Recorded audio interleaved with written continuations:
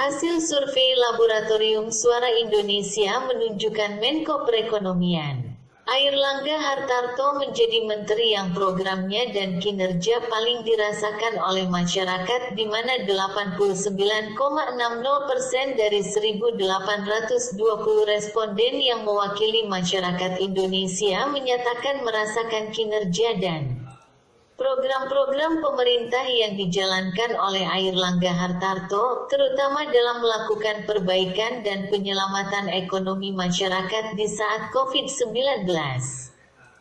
Di urutan kedua Tri Risma hari ini sebagai Mensos, di mana 78,2% responden menyatakan program dan kinerja sangat dirasakan masyarakat. Di urutan ketiga Budi Gunadi Sadikin 77,20%.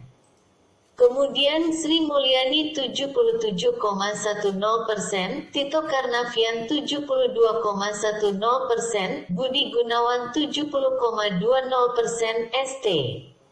Burhanuddin 68,90%, Arifin Tasrif 60,60%, Agus Gumiwang Kartasasmita 60,10%, Budi Karya 57,2%, Pratikno 56,20%. Yakut Kolil Koumas 55,2%, Erick Thohir 52,7%, Prabowo Subianto 51,7%.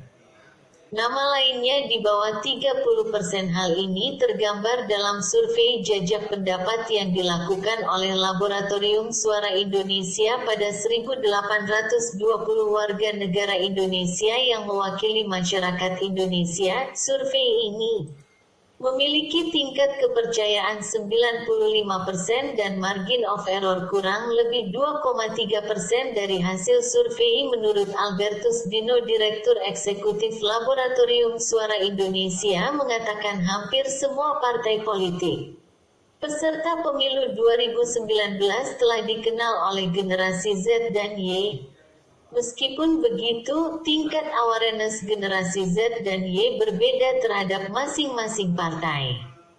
Satu partai yang saat ini paling dikenal oleh milenial merupakan partai-partai lama seperti PDI Perjuangan 97,1%, Partai Golkar 96,6%.